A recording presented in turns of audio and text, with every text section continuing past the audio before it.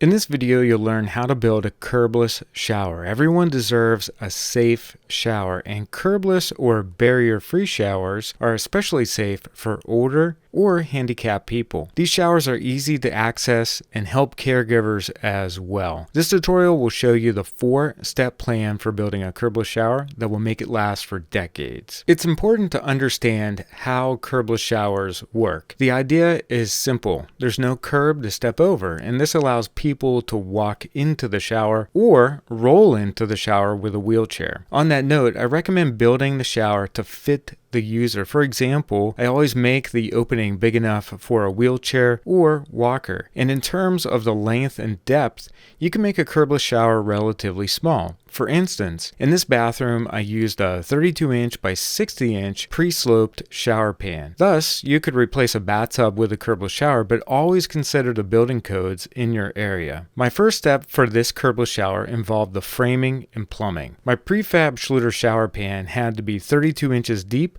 and 60 inches wide to fit the existing space, and I ensured the edge of the shower was 15 inches from the toilet center line. This helped me maintain the local building codes. The next step was to recess the shower floor, and I did this without cutting the floor joist, which I don't recommend. Instead, I removed the subfloor where the shower pan would be installed. I then inspected the floor joists to see if they were level. Fortunately, the joists were level from front to back and side to side. I then sistered new 2x4s to the old floor joists using 3-inch construction screws. I staggered the screws every 6 to 8 inches along the 2x4 span. I have new 2x4s along the entire perimeter of the shower area, and they are 3/4 of an inch below the floor joist. I used a piece of 3/4 inch plywood to get the sistered 2x4s to the correct depth. And at this point, I ensured my new 2-inch shower drain was centered in the area. I used a temporary riser pipe to help me get the drain centered, and that's always important. Once the drain was in place, I added new 3/4 inch plywood over the 2x4s. This allowed me to recess the new 3/4 inch subfloor panels. I used 2-inch screws with a construction adhesive to secure the new subfloor panels, and ideally the screws should penetrate into the 2x4s by at least 1 inch. In addition, I added screws every 4 to 6 inches along the perimeter and 6 to 12 inches in the field per the American Plywood Association. For the final subfloor panel, I created a 5-inch hole for the drain. This 5-inch hole is the maximum diameter allowed by Schluter for the shower drain. Now my entire curbless shower area is recessed, yet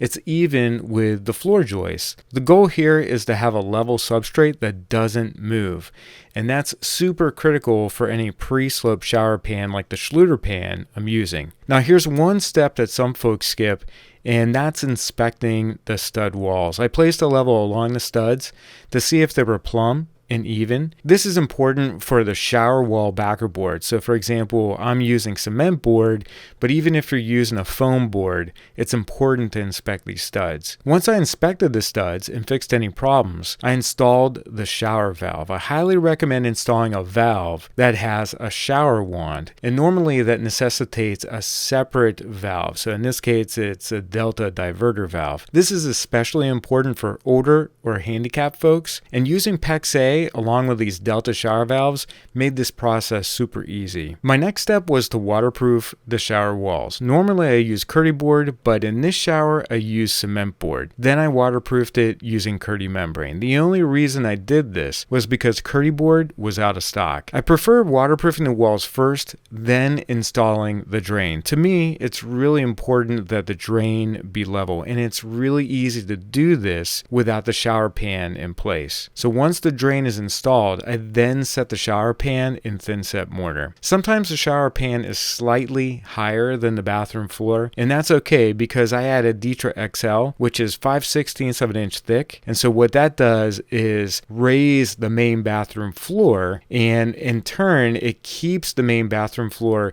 even or slightly higher than the shower pan.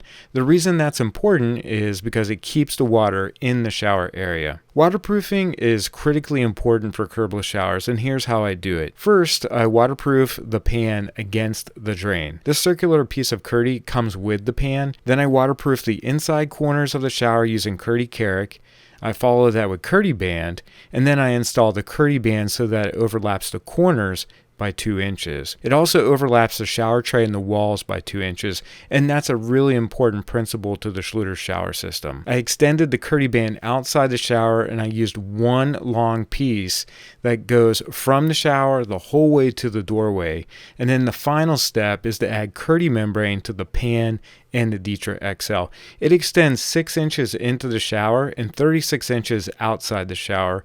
Now, Schluter only requires the KERDI or the KERDI band extend 2 inches into the shower area, but I like exceeding the requirements to ensure the pan is waterproof. I also recommend pulling back the KERDI and checking your coverage. By the way, I'm using Schluter ALL-SET mortar and a KERDI trowel to do all this waterproofing. And I waterproofed all the Ditra XL with KERDI membrane. Here's a huge pro tip for the shower glass. I use DECO-SG as the U-channel for the glass, and I bond it to the floor with ALL-SET and KERDI Fix, and I ensure it's equidistant off the main shower wall. Then I install the vertical DECO-SG with the same method. It's really important that the vertical piece is plumb. Now, this U-channel will accept the shower glass, and the benefit is it doesn't require screws, which can pierce my waterproofing. And make sure you choose the DECO-SG based on your shower glass thickness as well as the tile size. After the shower waterproofing, I began the tile installation, and I always get questions about the tile installation sequence. I like to install the tile shower floor first, and the reason why is I can leave a little expansion joint between the tile and the walls, and that'll be covered up by my wall tile. I worked my way out of the shower toward the bathroom doorway, and then I let that all set up for a day. And then the next day, I began the tile on the shower walls, and I used a vertical 12 by 24 porcelain. I really like this porcelain. It was easy to cut, and I think it's very pretty as well for a big tile. I started the wall tile on the biggest wall,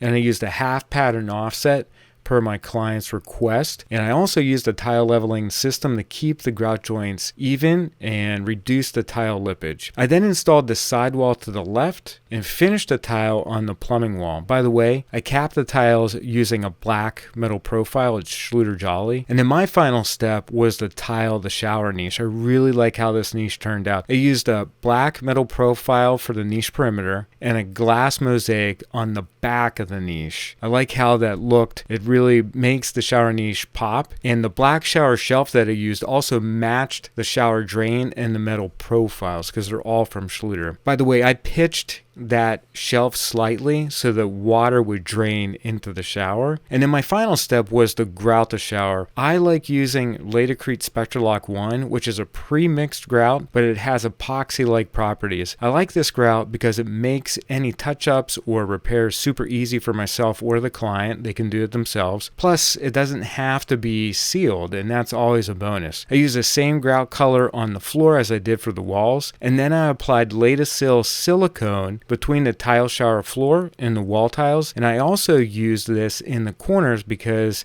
it's a change of plane. So anywhere where you have a change of plane, you need flexible sealant. I'm pleased with the final look, and my clients were as well. And the Curbless shower design, porcelain tiles, and grout selection made this shower clean, safe, and functional. I hope this video helps you save time and money when you're installing a Curbless shower. If you're doing a bathroom remodel like this and you want more tips and tricks, visit homerepairtutor.com today. Thanks for watching this video, and I'll see you in the next one.